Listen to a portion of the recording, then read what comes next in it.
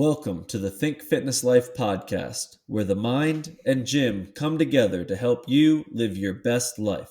Hosted by two fitness professionals and your personal trainers, Matt Gluckman and Eric Menchie.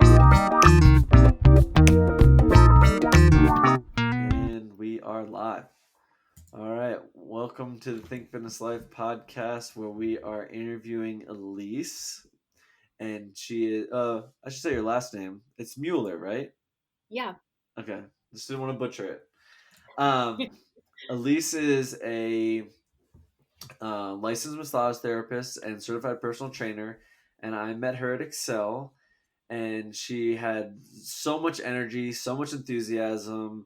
And later learning that she got into massage because she wanted to be an equestrian massage therapist, I thought was really fascinating, because then just by um, getting her to work on some of my clients and even actually work on my girlfriend, just hearing her expertise and her technique through all these people's experiences is just so awesome, because she just has a really um, beautiful mind in sort of understanding the body and different tissues, and how the body is working mechanically and how it all works together as one big pulley system. And it was no surprise that from the time I met her to like 4 or 5 months into working with each other, her schedule just filled up like that. It's a testament to doing good quality work. It's a testament to being really knowledgeable, and it's a testament to having good relationships with the people that you work on. And we want to welcome her on with all of her experience, knowledge, and perspective. And we wanted to pick her brain today. So before we get into anything else, go ahead and give us another, I guess it's not another for our listeners, but give us a background of how you first ended up with personal training and massaging in a gym setting. Yeah. Okay. Let's see. I grew up with chiropractic parents. Was very resistant to whatever they had to say, being a first kid, and but just raised in it. I remember my parents moved from Jiffy peanut butter to healthy peanut butter, and it was really traumatizing. And I think But that the was other stuff tastes so good. it's so much better. I know. And now that's my one of my favorite foods is Justin's peanut butter, the giant 36, is it 36 ounces from Costco? I I thought you were gonna find say $36 because it's like the yeah, most oh, I expensive. told it. It's gonna be. It's gonna be, yeah.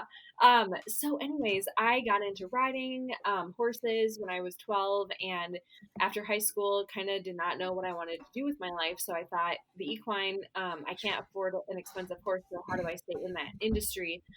So I wanted to do horse massage, could not find something that I wanted to do as far as program. And then decided to go into human massage, not being a touchy person, not being interested in the body at all, but it was kind of like, I don't have to do generals, and this could be interesting. So yeah, I ended up going to Northwestern Health Sciences University in Minnesota, which is an awesome school, year-long program focused on classical Swedish relaxation for the first trimester, and then trigger point therapy, and that was it. So just super anatomically based and science based. Lots of experience in that first year, and then got into fitness when I was about 19, and kind of 19-year-old girl, like, oh, just go and work on the machines and see what happens. But then I got married at 21 and gained 10 pounds. And I was like, oh my gosh, how did this happen?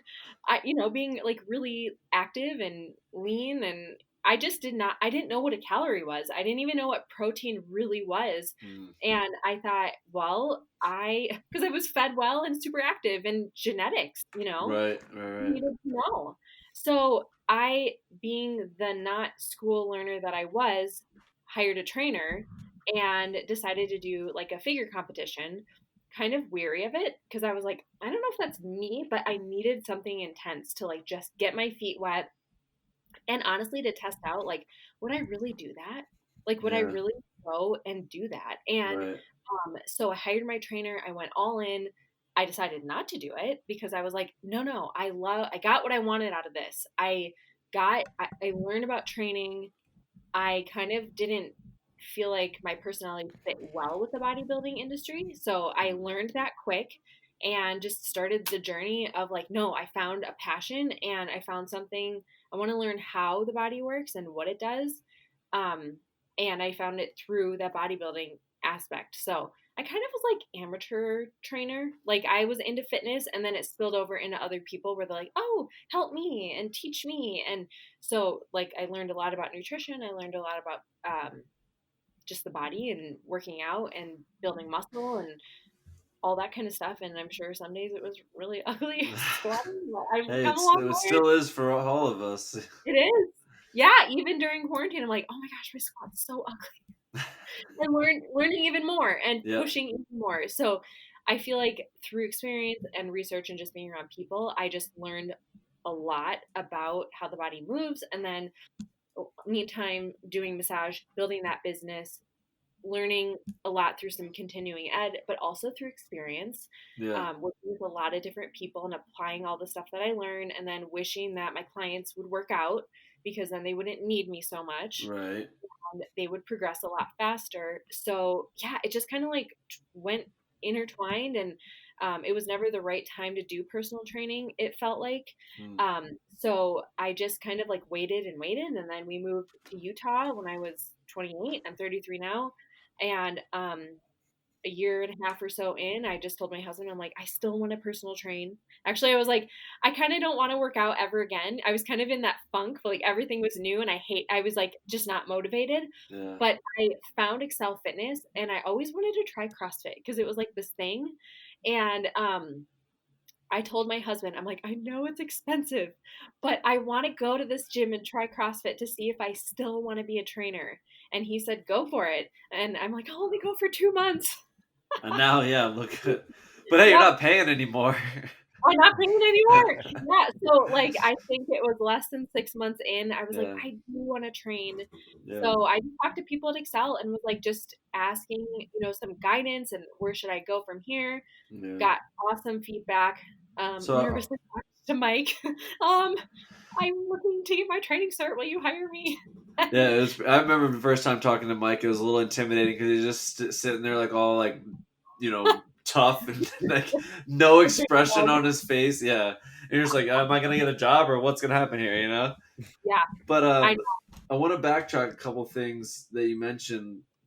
Um, so you learned trigger point before you started competing, but like, did you notice that your effectiveness of trigger point therapy increased when you started training more and when you started lifting more, like formal lifting with your coach that you hired, or would you say that the therapy just kind of stayed the same?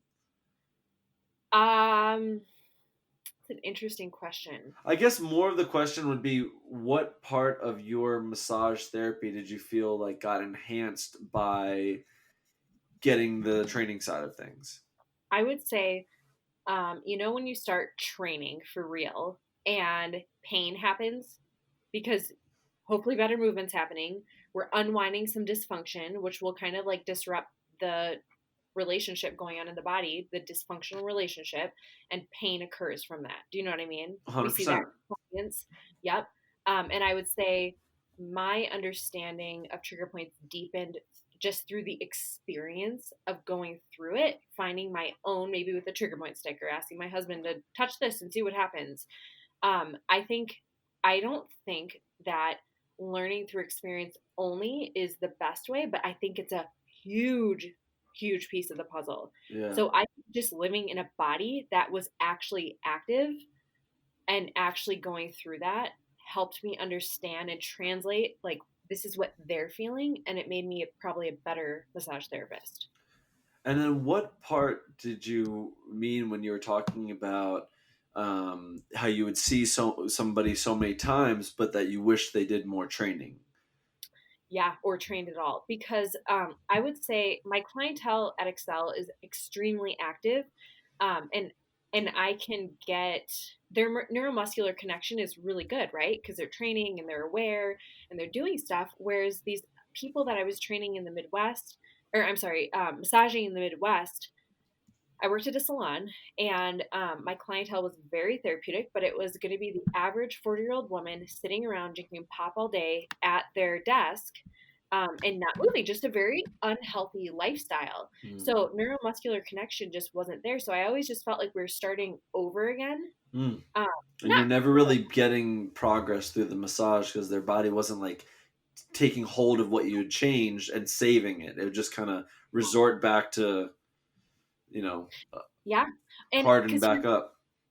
and here's what we were going through. It was, when you're going to warm up, you want to do some self-administered release. So do your foam rolling, your short, overactive muscles, or your long, overactive muscles, which can be a couple of muscle groups, which is another conversation. But Hmm. you want to release first. Then you go into stretching a couple of those short, overactive muscles. And that's what we were doing for massage, right? But it Hmm. ended there. We weren't going into any activation, which is your next step, which would be activating those muscles, um, to add some strength to it and another neuromuscular type of connection. So we're releasing stuff, and then they're going back into their bad posture, and then Hmm. just continuing the cycle. Right. So Right. Which is great for business, it but was. It was really good for business. because I just the cyclical person who just wants to come in to get touched all the time and have Yeah. things released because they feel good, but right, you're not really stopping the bleeding, so to speak, of it coming right back. So Yeah, and as a practitioner, you want to see your people progress. And I think a good practitioner is, we don't want them addicted to us. We want them to actually progress and move on and yeah, use it when they need it, however often that may or may not be based on their circumstance. But you want to see them get better. totally, That's why they're there. totally. You just feel a lot more. Um, I guess not validated, but it just feels more rewarding when you're putting all of your knowledge and experience into somebody and getting them to results that they probably didn't even think they could get to, and just Yeah. kind of exceed their expectations. But so you mentioned like drinking soda pop. You're clearly from the Midwest, but so can you, when you're feeling someone and assessing someone, you can tell typically how hydrated or lack thereof that they are just by the feel. Yep. Yeah. That's pretty Definitely. amazing. It's interesting. People who feel dehydrated feel like sticky. Okay. Yeah. Okay. Like, our baseball player. Yep. Remember, I told him he Yep. needed water, and he's like, Yeah. "Oh, I do." But we talked to his dad, and his dad's like, "No, he doesn't." Yeah. And I'm like, "Yeah, I'm not crazy." He got a big 64-ounce thing of water and he just writes What? his name on it. Yeah, and that's what he drinks every single day. He has to drink one of Oh, those a day. So I he's can't been wait to getting tell his you. water in. Yeah. Yeah, That's good. it's Now, important. yeah. Does the skin feel sticky, or does is it or the muscle? Like what aspect feels sticky Yeah, if they're it dehydrated? won't be sticky to the touch, but it will be more like, if I pick up the tissue, I can just feel almost like between the skin and the muscle feels congested and Hmm. sticky and just Interesting. kind of thick, and it doesn't always respond as well. It's really interesting. I've never really researched a whole lot on that because I just feel it, and I've tested that out over time. Do you drink a lot of water? How much do you drink? And then Yeah. just over time, I'm like, that is dehydration. That's pretty fascinating. So when you find a knot or Mm-hmm. scar tissue, Yep. first of all, are those the same thing? A knot and Okay. scar tissue? Yeah. No, this is a great question. I feel like we should clear this up now Yeah, because clear the air. one time I got a massage, and I never tell them that I'm a massage therapist, but I was kind of curious about this guy because he was kind of saying things that did not make sense. And I wanted to know, well, how do you explain it? So I just asked him, what was a knot? Undercover boss. Yeah, kind of. And it was just, he was giving me such weird, like, feedback that I just really wanted to know. So he gave me this weird explanation about what a knot was. And I was like, okay, that's fascinating. And I thought about it. I'm like, that's not true at all. So here's what it is. We look at the body and imagine it like an onion. So it's got all of its layers, right? We Mhm. want all the layers to be able to move. So what happens is, a knot is an adhesion in the layers. It's a stuck spot. So it's not like, oh, I tied it in a knot. It's not just scar tissue. Well, like an adhesion, well, it could be scar tissue, but Okay. an Okay. adhesion, how do we get adhesions? It's going to be overuse, injury or trauma, or compensation. or a combination of all of them. So you have surgery. Oh, there's scar tissue. We've got an adhesion. Or okay, I have whiplash. Oh, and it hurts my neck, so my neck hurts. So I'm going to use my arm. So maybe my shoulder creates an adhesion because I'm starting to use it weird and I'm restricting my movement based on a result of the compensation that comes from my whiplash. Does that make sense? So Yes. it's just a stuck spot in there. Okay. So somebody that would be bedridden. I remember this is And that's a actually kind of knot. That's a knot, not a trigger point. okay. So a knot is a overarching umbrella, let's just say, and then we've Okay. got trigger Okay. points and tender points. Okay. So a trigger point is going to be a knot that radiates somewhere else, Okay. whereas a tender point is just going to be a knot that's just right there, and they just feel it right there, and it doesn't radiate anywhere. And that's what we're talking about right now. Just the tender point. Um, Or yeah, or interchangeable. That principle that you just talked about could be for both. I would Yeah. say an Okay. adhesion, or AKA layman's terms, a knot, Okay. then further be identified as a trigger point or a tender point. Okay. Yeah, I Beautiful. like the word adhesion. I think we should use that from now on. Yeah. yeah, Take not out of the whole yeah. vocabulary. Not That's gives gone. people the idea that you're like tying it in a Yeah. knot, and they're Yeah. like, My muscle's twisted. yeah, Ah, great. Roll it. it's a bad, Right. They think the fibers are like literally entangled. They yeah, yeah, they do. they Yeah. do, do, So yeah. I do remember having someone explain trigger points to me as where the fascia was so dry that the muscle and the fascia got stuck together. Is that technically a possibility of a trigger point? The cause of a trigger point is where the fascia and the muscle are kind of stuck together because of dryness. I don't know if it's because of dryness. Okay. I don't know what that means exactly, but I would say this is how I describe it. Muscles and fascia. Fascia is connective tissue. So fascia is really understood, Yeah. misunderstood. There we go. It's really, but I would say it's understood, misunderstood, and understood. We don't know everything We don't about know fascia. enough about fascia. Yeah. Yeah. Then they research it. It's like this interesting system. So this is how I just explain it to people. So fascia is this web throughout our whole body of Yeah. connective tissue. It Yeah. encapsulates every muscle fiber, every muscle group. There's sheets, there's systems of fascia, and they kind of glide. The different sheets will glide against each other, but we can get stuck in there, and I can talk about that in a second. And so we'll have different lines of fascia through our body. To be honest, I haven't done tons of research about it because I have other things that I'm looking into. As far as the body, we can only learn so much. My sister is kind of like more into fascia than I am, and so What does your sister do? she's a personal trainer as well. Oh, She's cool. yeah, she's up Your in parents Missouri. must be really proud. Oh, you should see our family get together. Take your shirt off. Let's take that. Hey, what's that ankle doing? My brother-in-law, my sister's husband, fell 70 feet climbing and broke both his legs. Oh, And so dang. we always look Thanks. at him. Let's look at your scar tissue, Marshall. Let's see how you're moving and let's activate this and break up that. And so we really, and then my dad, he just genetically has not a great spine. And so it's carried over into me and my brother. And then my husband, he's got his own hip flexor issues. So we just look at everything. Yeah. It's very educational, That's but awesome. That it's sounds like really a cool. fun time. It's Yeah, but once you go down that road, you don't go back. You no, see someone, you're like, no. I don't like the way they look. Yes, What happened to you? moving that way. Yeah. What do we do? So she does like pelvic floor stuff, pre-postnatal, pregnancy, fascial. She does all the stuff that I have not like dove into. So it's kind of like fun.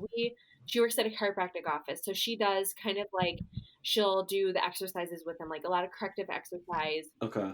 She's very good at it. So I love giving people a barbell. She doesn't have a barbell at her place. So I help her with some of her clients with like how to progress them strength wise, where she's got more of like almost like a physical therapy type of a Analytical yeah. approach. Yeah. So it meshes well. But yeah, so the fascia, it also suspends all of our organs up there. That's why things don't fall out of us. We have superficial fascia right under our skin. It's a full seamless bodysuit. If we didn't have that, we would still kind of fall apart. Right. So I always tell people, like on a chicken breast, that white stuff that doesn't rip very easily. It's not the fat, it's that white stuff, that casing. That's fascia. So muscles and fascia, they're married. They're like intertwined, Hmm. but they're totally different. So they work together, they can get stuck together. It can be very dysfunctional sometimes. So, when you find that the gliding it gets stuck, how does that feel on physically when you're feeling it? Can you Yeah, tell the difference between that and kind of the stickiness that you were talking about earlier? yeah.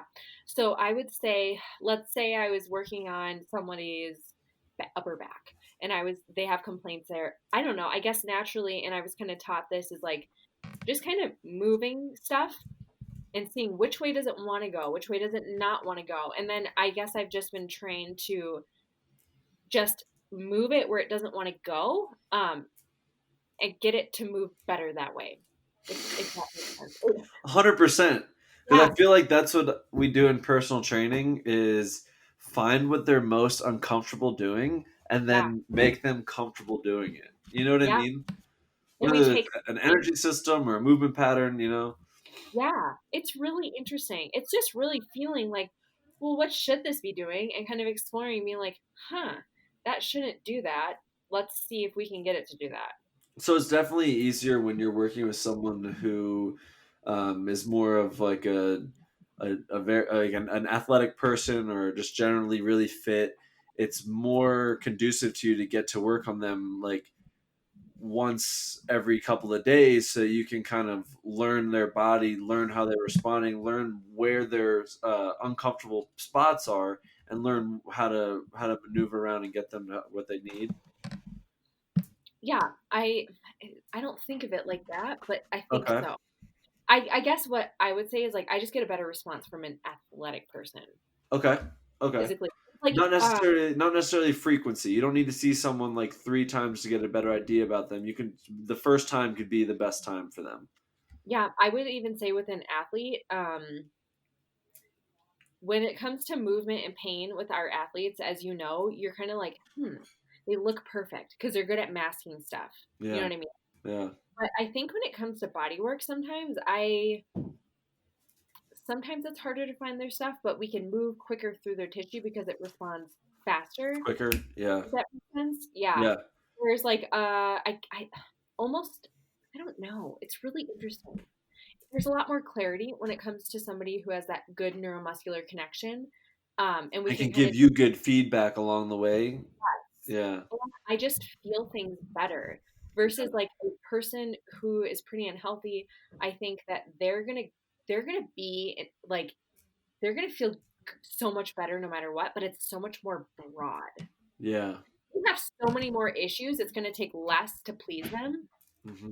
But with an athlete, they have such good feedback that I know They only exactly. have one or two issues to hone in on.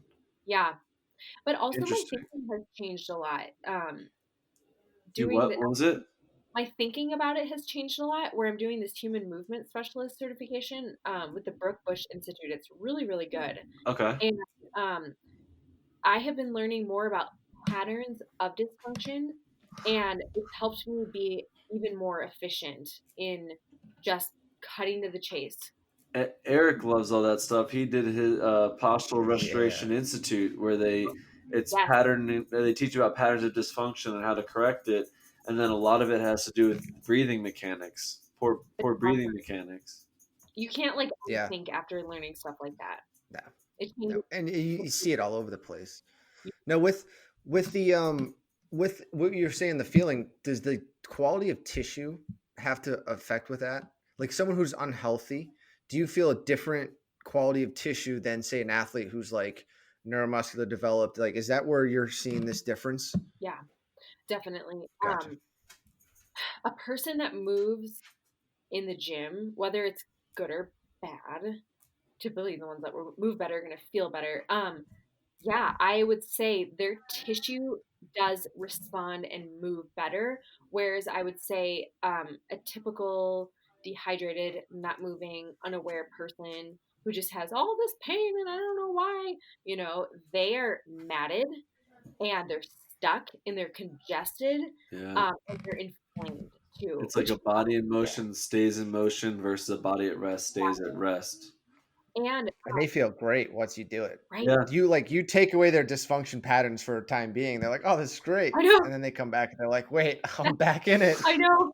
Back in the game." Yes, we're back in the which that's a funny thing with quarantine. I've noticed like there's some athletic people that had to like start sitting down and they're like sitting down more. So we've added more dysfunction. I'm like, I don't know why my back hurts. I'm like, yeah, because you're a normal person now and you're not moving as much. Kind yeah. Yeah. of interesting. Yeah, and a lot of people took like a good month off of the gym, and Yeah, it was funny to see them as they come back. But at the same time, too, it's been a window of opportunity because it's like, okay, well, we don't have the capacity to handle this load, so we're going to do a lot of body weight stuff, and it's almost it's been eye opening for some clients to see how bad they move just at body weight, and normally, you do your best as the trainer trying to guide them along, but a lot of times like, all right, are we going to work out yet? Are you going to throw weight on there yet? Like, let's go. I got an hour. So you're yeah, also trying to make sure they get a good workout while also correct their movement pattern and fix them. But totally. let's go ahead and talk about some of the commonalities that you see across the board with all your clients. I'm assuming you see a lot of tight hips, a lot of tight quads, a lot of tight pec minors, Mhm. kyphotic upper What are back. the patterns? Yeah, yeah. Dive in. Yeah. We want Oh, to know. okay. You know what? Like we could probably just line up 10 people and give you a blindfold and you could identify all their spots. I think the thing lately that's been standing out to me the most would be a lack of dorsiflexion in the ankle. All And, right. yep. For all So, you lifters, all you squatters out there oh, who have your yes, squat shoes. I know. And I will say, I did put mine on the other day because I thought I am just wanting to do it. Okay. Yeah. Ain't nobody got time to do mobility every single day. No, no, no, no. Well, let's see. As I'm like even more like diving more into in depth like overhead squat assessment and all this, of Yeah, course, in quarantine, I videoed myself doing my overhead squat assessment, and I was just even more horrified doing it than feeling it. And so I just kind of like it's really hard. I think you guys probably understand to, and we talked about this, Matt, like assess yourself, to program for yourself, to do all this stuff, but honestly, nothing else to do. So yeah, I did assess myself, and I have been working on some stuff, and the root of my horrible forward lean. Um, just folding forward, no like tibia dorsal, any of that is parallel. I'm doing this as my tibias are straight up, totally perpendicular, because I have no dorsiflexion at all. And so I'm folding over, leaning to try yeah. to balance because I can't drive my knees forward at And all. and your foot can't like actively grab the ground. Yeah, Yeah, it doesn't want to do it. So I just as I assess, I've been assessing so many of my clients, so many people, we just elevate their heels and they look perfect. And I'm like, okay, calves, ankle yeah, mobility, it's just shot. So it's been really, really interesting kind of just diving into that and um, releasing my own calves. yeah, Honestly, I don't do enough of it, but with the little bit that I've been doing and just being aware of it, I've seen some good uh, just better squat form in my own squatting. And I'm kind yeah. of in a squat cycle right now. So really focusing on feet parallel. I know, sorry, squatters who want to do it wide and out like a Well, power that's lifter. what I feel is like the West Side barbell method versus Arthur squat method. Those are the Yeah. two that I really trust and believe in. And it just Hmm. depends what your overall goal is. If you're trying It to does. be a power lifter and you just want to, break parallel, sure. Yeah. Go as Right. wide as you need. Yeah. And you do have to look at what are you doing and why are you Right. doing Right. it? And And like what's your bigger picture? Like what are you trying to get done today in this workout? But yeah, what's your bigger picture? Are you just trying to be healthy? Are you yeah, trying to correct bad posture type of yeah. deal? You Is it know? pain? Don't work through the pain. Yeah. That's what had to slow me down a little bit is just some knee pain, and it just honestly wanting to get stronger at my squat and my little duck feet. Yeah, it works, but was it helping my knees? Not really. Right, right. So I love I just, that you bring it back to you because I feel like a lot of personal trainers don't talk about what they're working on, and I just think that makes it so much more relatable. Like yeah, we've been in the industry for close to 10 years between all of us individually, but there's still stuff we work on yeah, ourselves and our own goals and our own time, and I just think that that was a really good point, and yeah, like for me, I'm gonna throw it out there that I really have weak glutes and I have um, a poor pelvic flooring and mhm, breathing mechanics under heavy loads definitely resort back to bad habits. But it's something I still work on and just progress through the months and the weeks because you're only getting like they talk about like 10,000 hours being good at something. Well, it's like with my variable weeks of like a deload, like a 5 by or like a 4 by 8 to a 5 by 5 to like a 6 by 3 to like doubles and singles. I'm only getting 5 minutes of time like 1 week out of 5 to 6 weeks where I'm getting to work on that, but it's mhm. just something that it's just always looking for like the next little embellishment to work on because I feel like with people like us who are in the field, it's a mindset of like, well, every time I find a failure, it's like an area of an opportunity, and it's like exciting to be like, oh, like this will be cool to work on and improve and see what the next thing is and where that leads me.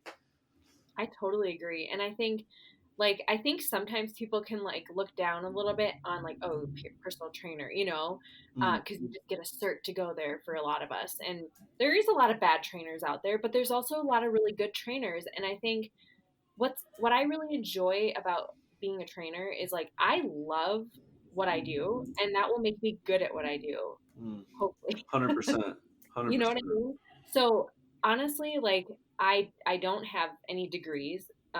I have my certificate or my license in massage, but that's not technically any type of degree.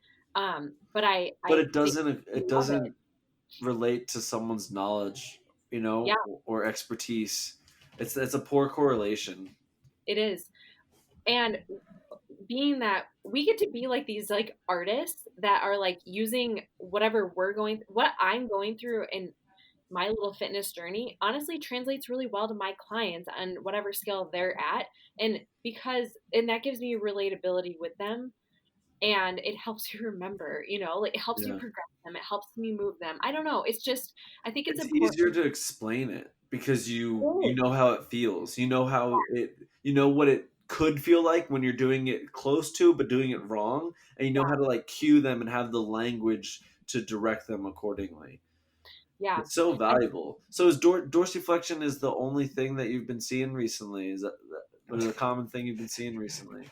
The only thing. oh, it's all I can do is lack of dorsiflexion. Well, that's what you That's lead it. it off with. I was like kind of Yeah, surprised, right? no, Because all that other stuff is just so textbook to you. It's come second nature. I mean, we're watching TV and I'm like, oh my gosh, that lady, she has no dorsiflexion. She's just flapping her feet down and she needs some ankle mobility with tibialis anterior. And then we need to do some glute bridges for her.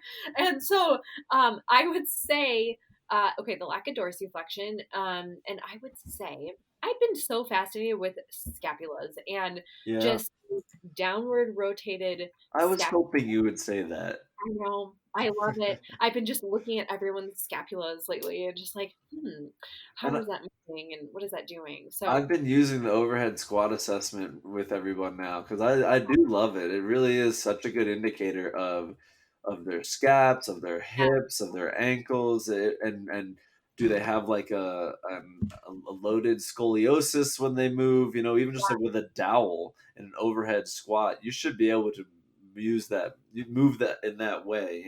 yeah. So And I, then people think you're like so smart because you're like, do you have low back pain? And they're like, how did you know? Like, and well, you're like, hold on, I'm getting something else too, and you're like pretending like you're reading their mind. Like I was staring at your scaps. yeah, nice scap. The right one's a little winged. I don't Yeah, like that one. I've actually said that to people, like, "Hey, your scaps look really good." nice scap. It's a weird You move compliment. well. Yeah. Yeah, How, yeah. How do you like to activate people when it comes to Um, scaps and shoulders? What's your go-to warm up? so my go-to warm up. Okay, so ideally, if we had all the time in the world, I would be Nope, you only have an having. hour. You only have an hour, and you have to get them moving in 10-15 minutes. This is what we're gonna do. We're going to ready? We're gonna roll out calves, 30 seconds, 2 minutes, static pressure on the worst spots there. So I want to take like 2 or 3 minutes on calves because I think that's super important. I probably will bring them to their TFL and I tell them to locate that through their ASIS, which is their hip bone in the front, that kind of like it's like an inch long, right in the front. Top of femur or thigh bone, it's like their front pocket. So 30 seconds, 2 minutes, and each one of those, that's going to open up the hip. And then I would probably just either give them lats or levator, whatever one I feel like, depending on the person. 30 seconds, Stretch. minutes. I would give them a quick little release with a ball for all of Okay. these, like a softball. I like. Um, then I would stretch their calves for sure, 30 seconds, 2 minutes each side. And then I would give them either a hip flexor stretch or probably the neck stretch, looking down in the front pocket, adding some movement to it maybe.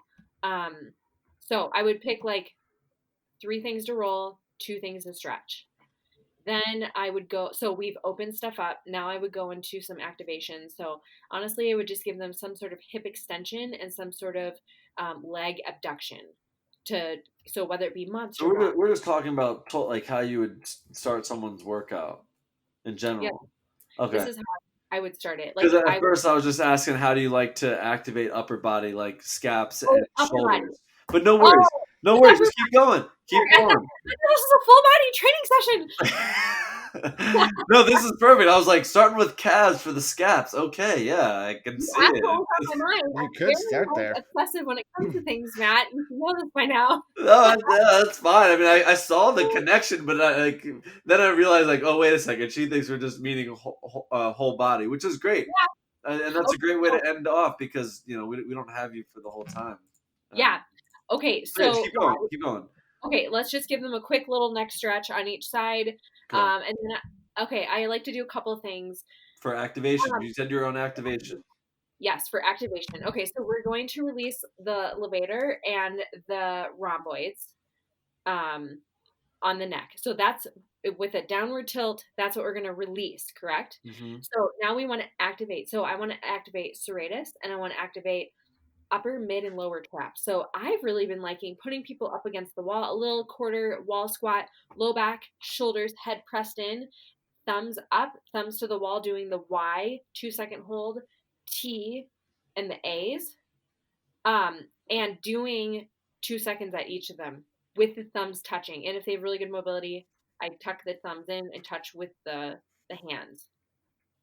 So I like that in wall angels, but maintaining low back, shoulders, and head so that they really have to use those. So we're going to get that upward rotation as we come up and then down, the depression too. And you're doing it to activate the serratus. Yeah. So when you come up all the way, upper trap and lower trap are working, but what's happening is serratus is actually pulling or depressing or posteriorly, not depressing, posteriorly tipping the shoulder blade. So serratus is going to be really good for that. So I've actually moved into more of that, getting like the whole trap muscle plus serratus, Yeah, rather than just like a scap push up. nice. I've been, yeah. So I've been moving a little bit away from scat push-ups, not and for any reason in particular, other than I'm wondering. I just have been really interested in how we're getting. It just seems more functional to be doing the YTAs and the wall angels, Mm.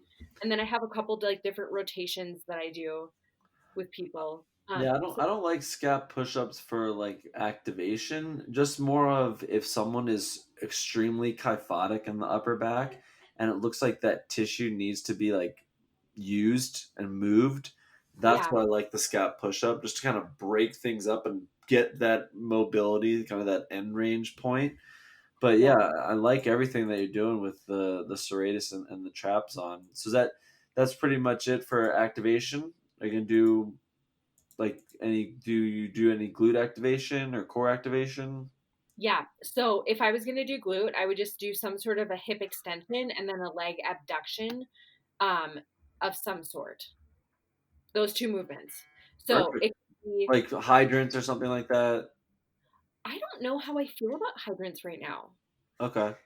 We'll have to have a Okay. discussion about Oh, that. touchy subject. Yeah, Yeah, right? Well, I, They're excuse out. me.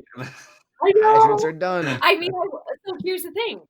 If you have your hip flexed at 90 degrees and then you do abduction, what's the prime mover of that? I think it's piriformis. Could be You could, yeah. performance obturator. So I, I TFL. I've used hydrants a lot, but then in like just and again, I'm not saying I know everything. I'm just saying I've been learning more anatomy with move, just about some things, and I was like, I wonder. So I haven't dove into it. I've just been doing different things instead. So I've really been liking like banded monster walks forward and backwards, Mm, yeah, lateral walks. I've that's been what I'll do.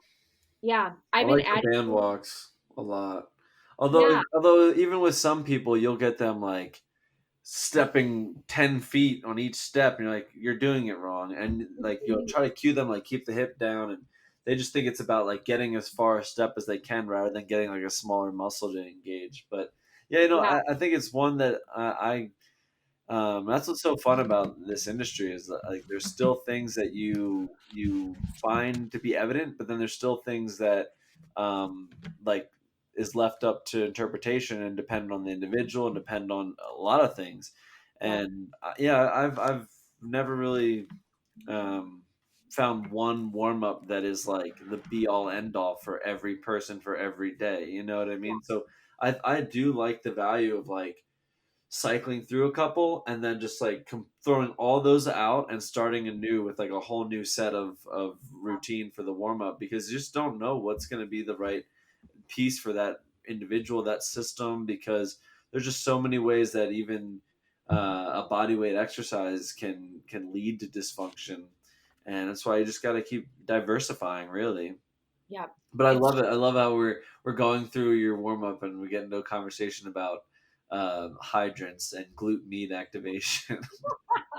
But I mean, honestly, I was like, why don't they just freaking have like a pressure plate and you step on it and it'll tell me, boom, like, oh, you're like 70% leaning towards your front left toe, big toe, and 80% on the other leg leaning towards your heel. Like, okay, so your glutes are activated on the right side, but like left side's not on, right?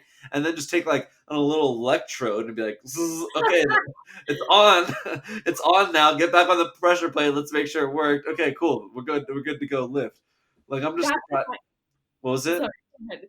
Okay, remember at Excel, those guys came and had that like weird virtual thing, The and mirror. yes, that's like what you're talking about, kind of. Yeah, But but it was that's such a poor technology. If people are oh, listening, it's this mirror that uh, basically tries to calculate your 3D image off of one screen. So it's not the most accurate, but it's trying to see your joints as you move and trying to correct you. And it really only works for gross body movement. Like if when I was moving and I would kind of like tilt a little bit, it didn't know I was doing anything. But then when I'm coming down and I'm leaning far to the left, it's like adjust, adjust. It's like yeah, okay, like you have to be that numb and that thick to not be able to correct yourself and have no self awareness for it to be effective. I don't see that technology making it.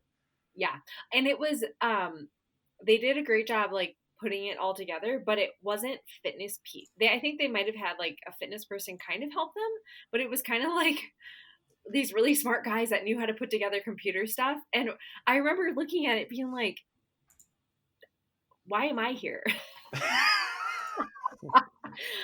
You're kind of coming in on our turf here. Yeah, like it just wasn't relatable that it was a fitness um, a fitness device that was promoted by people who were probably about 45 to 50% body fat and didn't really know much about the health and fitness world and didn't really have much to relate or even have good perspective on how this would be effective for someone in a workout. You know what I mean? Like well, let's look at how I'm going to get deep into a workout and get loaded because I don't see the value here in correcting my position in a loaded exercise because it can't really tell that fine of a detail. You know what I Right. mean?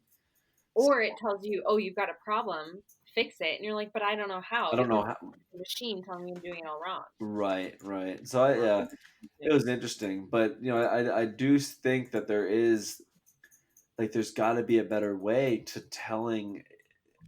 giving better feedback to us. And I've used like scales, like two scales, and had them zeroed out and had someone step on it and go into a squat. And it is cool to see like, okay, you're putting like an extra 2 or 3 pounds on this right side versus Mm-hmm. your left, but you can't really tell like is it forward or back. Mm-hmm. And I just think that there's got to be a way to basically use pressure sensors and really hone in on the foot. If we have all our proprioceptors are in our foot, really hone in to be like, maybe you break it up into thirds, maybe like the front third, the middle third, and the back third, and then left to right you do the same thing, like the far right, the middle, and the far left of the foot. And now you can start to break it up and be like, okay, you're putting a lot of your pressure into that big toe, or you're putting a lot of your pressure into your heel, and how that equates to what's working in the leg up the chain. So I mean, it's great because you really have a strong mind to do that. I really feel like you visualize and see this stuff, and it's just really cool to hear the level of detail that you think about in your training, and also massage therapy. And I feel like you're just such a beautiful hybrid of both worlds. And yeah. Thank you so much. Yeah, absolutely. That And means I didn't want to cut you off, but was that so? We foam rolled the calves, the TFL, the lats release. We stretch the calves, the hip flexor, levator stretch, or maybe we do like a 3 point neck stretch to release the rhomboids, and then we're activating with YTAs on the wall mhm, and getting your total trap on as long mhm. with the serratus. And Yep. then you said you like to do something hip extension and abductor related, but not Mhm. hydrants technically.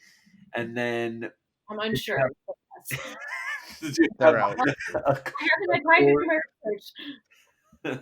pending further Oh, discussion. can't be But black and white on that quite yet.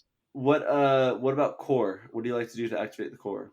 Um, Lately I've really been doing a lot of like bear crawl stuff. Okay. So any variation of that. Which Um, I know that you probably do really well, but I feel like bear crawls are probably the ugliest thing I see trainers make their clients do, because there's yeah. just such a wide range of what a bear crawl is. Oh And my you're like, God. that's just a straight up crawl. That's I like know. an ugly hand and foot only crawl versus Yeah. like I like to think of those stupid robots from like Christmas, like the dog and the cat. You know what Yes. I mean? And that's really what you're doing is like you're moving like your limbs, but your Yes. shoulder and your torso and your trunk are just not moving at all. Yep.